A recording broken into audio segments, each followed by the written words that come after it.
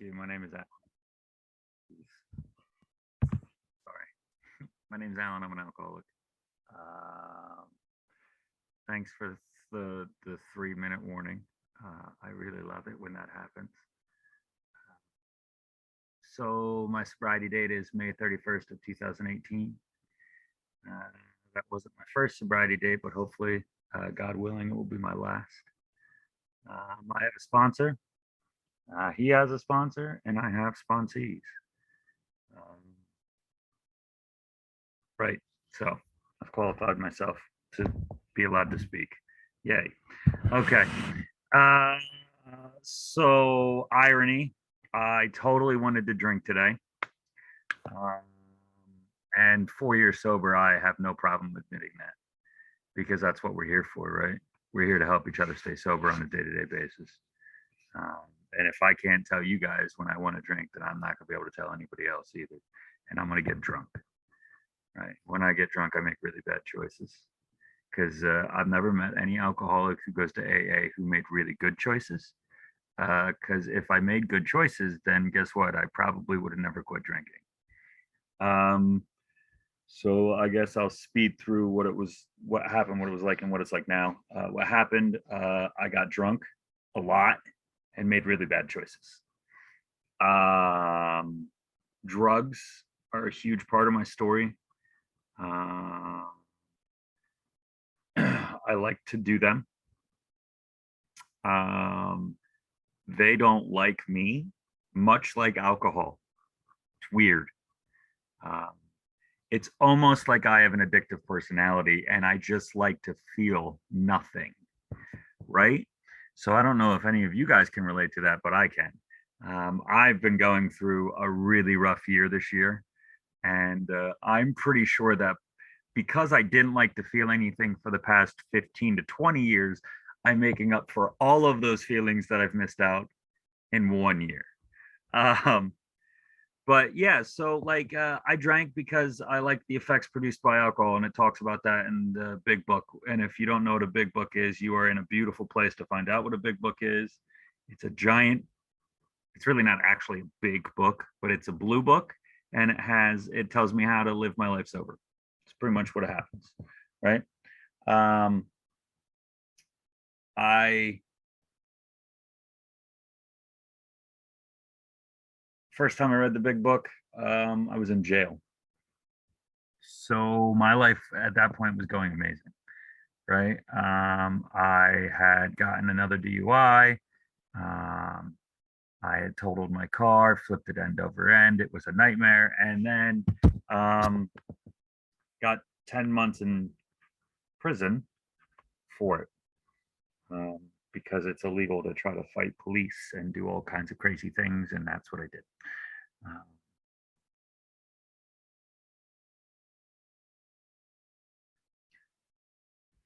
I flash forward because I don't really feel like it's important to talk about what happened because we all can be depressing and talk about how much drinking we did and how it sucked, right? That's not really why we're here. We're here to find hope, which is why I got on today. So it's ironic that now I'm going to try to give some to everyone else. Thanks a lot, Omar. Um, but and if that's not my higher power doing for me what I can't do for myself, I'll kiss your ass because fuck, excuse me, but right. Um, so I grew up in a really religious household. I didn't know either of my parents because they're both alcoholics and addicts. My mom died when I was young. I was originally born in Texas. I was in foster care for a while. My aunt and uncle raised me, and my entire childhood was super messed up, right? I didn't know who I was from a very early age. And alcohol helped me find that person, right? I didn't like who I was because I didn't have an identity.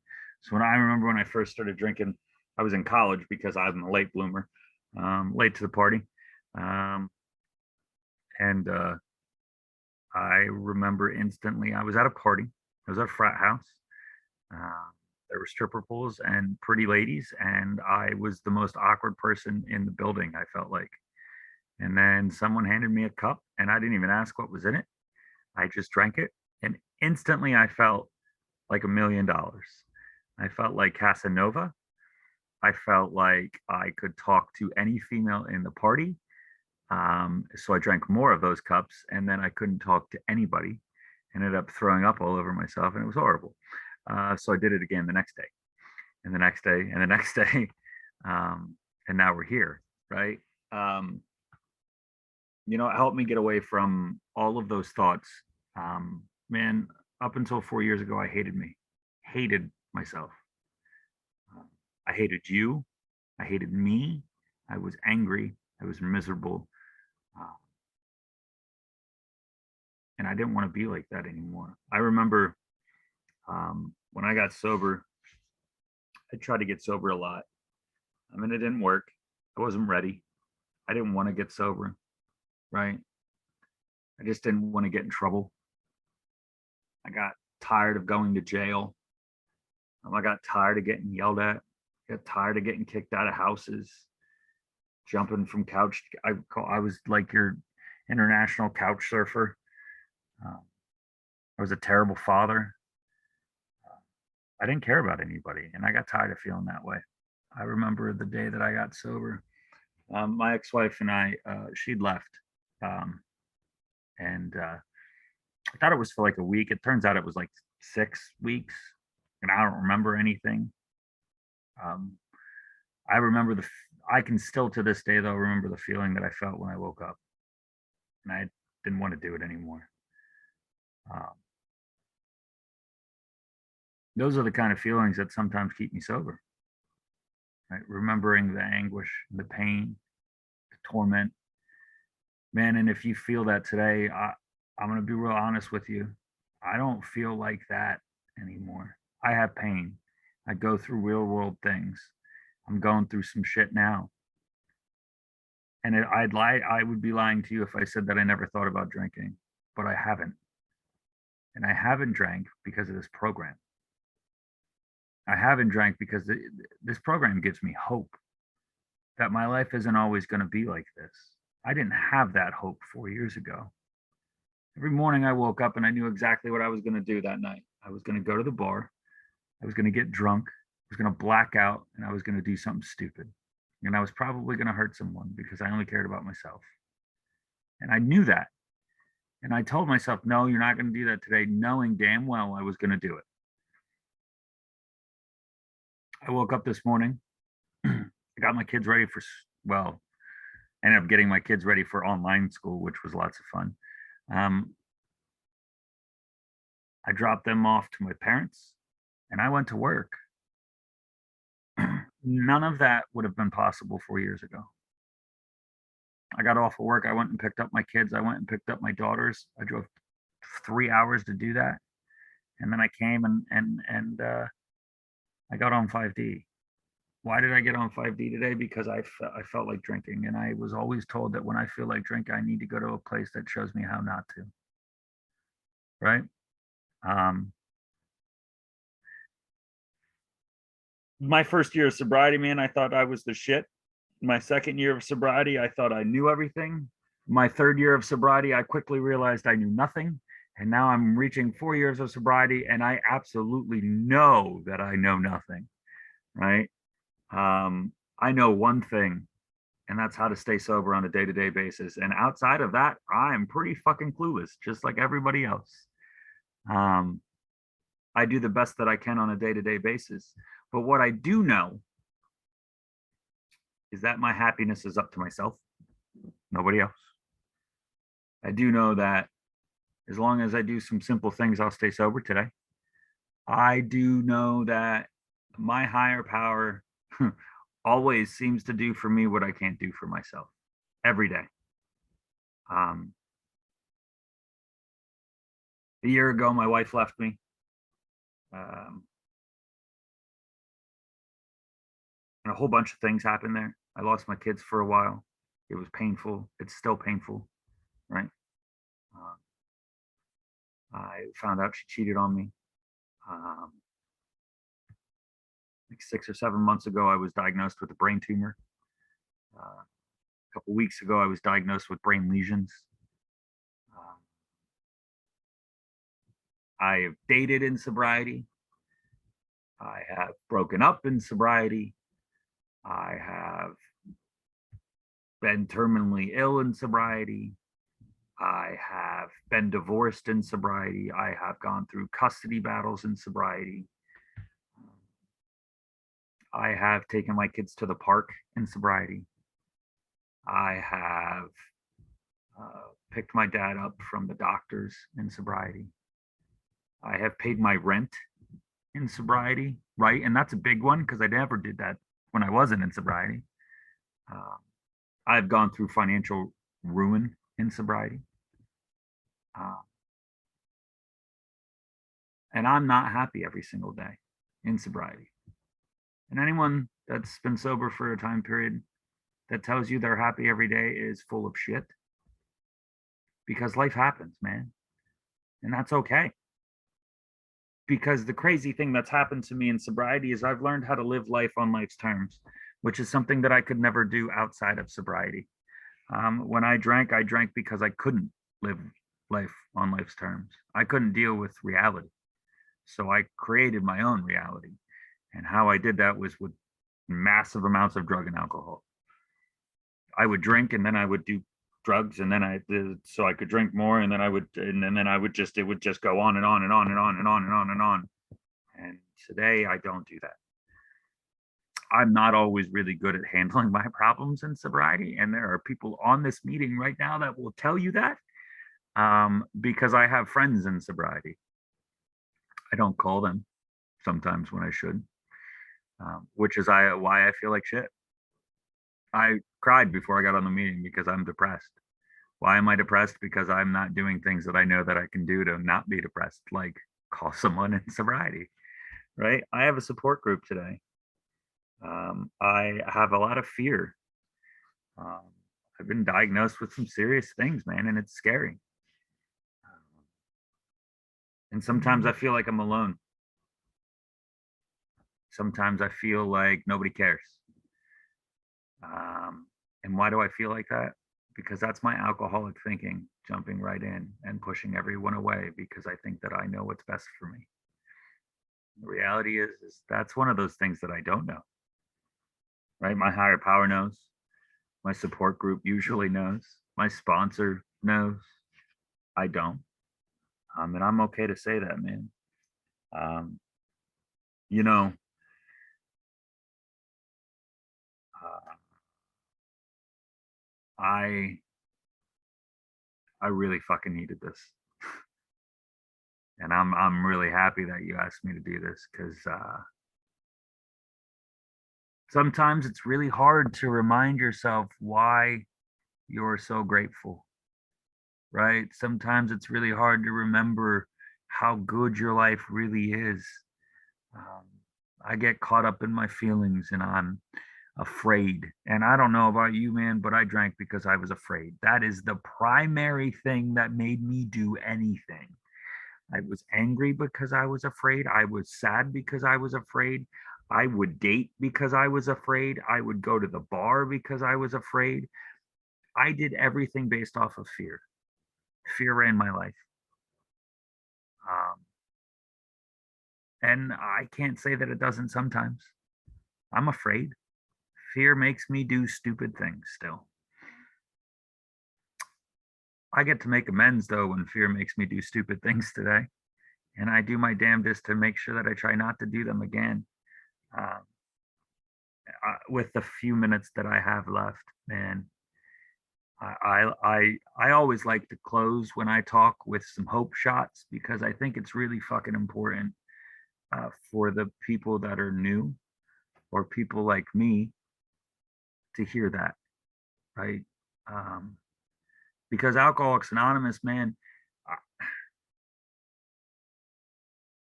I would be dead if it wasn't for Alcoholics Anonymous and the people in this program. And there is zero doubt to me that that is true. Because if I was going through what I'm going through right now, not sober, I wouldn't be going through it anymore because I would have taken my own life. And I know that because I couldn't have handled this drinking and using. There's no way. Um, Alcoholics Anonymous has saved my life. It has saved my kids' lives. It has saved my parents' lives. It allows me to be a son today.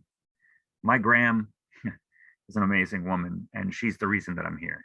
Um, my real dad, like I said, was an alcoholic and an addict. My gram is the reason that they found me.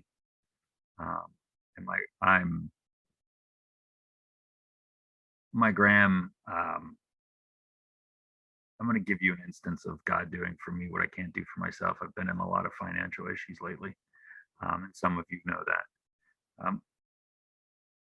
My grandmother came into a large amount of money and gave me a large amount of money. Not like large comparative to what everyone else might think is large, but she did to what I think is large, um, to the point that it'll allow me to kind of get caught up. And that's fucking awesome, right? And I can tell you right now that if I wasn't sober, she never would have done that. You want to know why she never would have done that? Because I wouldn't have used it for things like rent or my bills. I would have used it to go buy an 8 ball and spend as much money possible on crack, cocaine, and alcohol because that's what I did. And today I have family that takes care of me when I can't take care of myself. They drive me to doctor's appointments because sometimes I can't handle it. Um, I get really bad migraines because of my brain tumor. And sometimes I can't really be around people. Um, I get really tired really easily. I'm in a lot of pain, and I sometimes I that sucks. But if it wasn't for this program, man, like I wouldn't know how to love. I wouldn't know how to love my kids. I wouldn't be able to be a parent. I got to put my kids to bed today. Um, I have full custody of my son, and I just won 50-50 custody of my youngest two. And after a year of going through hell, I won. And for me, that's a win, right? Um, because I got to put my 2-year-old son to bed 43 times tonight, um, because he did not want to go to bed. And I got to put my 4-year-old daughter to bed. And then my 10 and 8-year-old daughters sleep in the same room with her, and they went to bed. And then my giant horse-like dog decided he wanted to sleep with them. And my daughter looked up to me and she goes, "Daddy, can Nash sleep with me tonight?" And I said, "Of course." And that scenario right there, man, should give you all the hope that you need that anything is possible, because 4 years ago, I wasn't allowed to have my daughters because their mom didn't trust me with them. 4 years ago, I had my son once a month because the courts didn't trust me with him.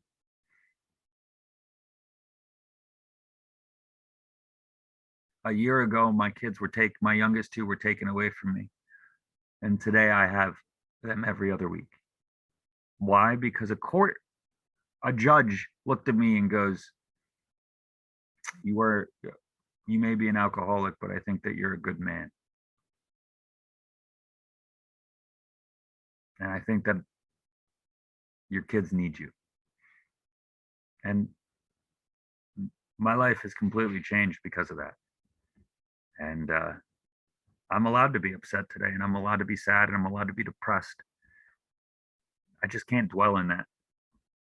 You know, we're allowed to have feelings today, and we can feel them. The greatest thing about getting sober is I get my feelings back. One of the worst things about getting sober is I get my fucking feelings back, because now I got to learn how to deal with them, and I got to sit in them, and I got to move through them, and I have to work through them. And I do that today. I'm sad today. It's a miracle that I didn't cry at all during this, because I thought I was going to. But I'm also happy, and I'm blessed, and now I might cry. Um, because I have friends like Omar who are like, "Yo, bro, you're gonna share your story, okay?" And he didn't know that I needed to do that today, but my higher power did, and my higher power worked through him. Um, Eldon, I have 5 kids. I have a lot. I know. Um, but man, I love you guys. Even the ones that I don't know on this meeting, the first timers, someone had like 6 or 7 days, dude. Don't fucking leave. Don't do it. It's not worth it. And it's not going to get better. It's not going to change. I know today, and I'm going to leave you with this because I've had enough of talking for today. Um, the one thing that I know above all else today is that even though my life is hard right now, and it's hard, and I'm upset a lot, and I'm depressed, even though I know that, what I've realized is that there is always a really, really good chance that it's going to get better if I don't drink.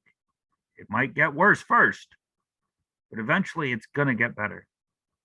None of that's possible if I pick back up. It will never get better. I will never get more blessed. It will only get worse. I will end up in jail. I will end up homeless. My kids will get taken. And I'll end up dead. And I don't have to end up like any of that anymore. And that's because of the program of Alcoholics Anonymous and all you wonderful people. That's all I have. Thanks.